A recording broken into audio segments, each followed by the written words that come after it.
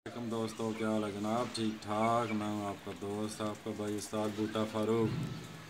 कुछ दोस्तों की फरमाइश पे आज मैं एक आप दोस्तों से पानी शेयर कर रहा हूं जिनके कबूतरों का हाजमा ख़राब है या कोई छोटा मोटा वायरस है, इन्फेक्शन यानी कि इन्फेक्शन है, उसके लिए ये बहुत मुफीद साबित होगा।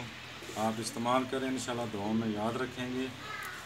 ये जनाब 2 किलो पानी में आपने लेना है और इसमें इतना सा देसी अदरक और इतना सा थोम लें।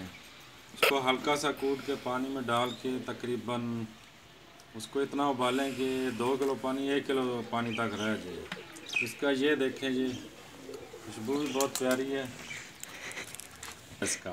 ये देखें ऐसा कलर होएगा।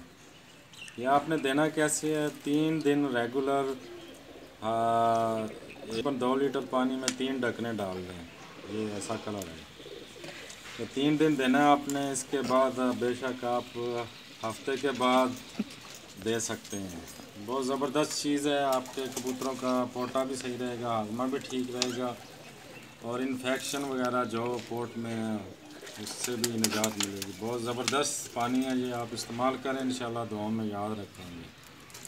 ठीक है जी दोस्तों, ये इसके लिए जो अदरक और लहसुन बताया वो देसी होना चाहिए। ठीक है जी, ओके जी, अल्लाह हाफ़िज़।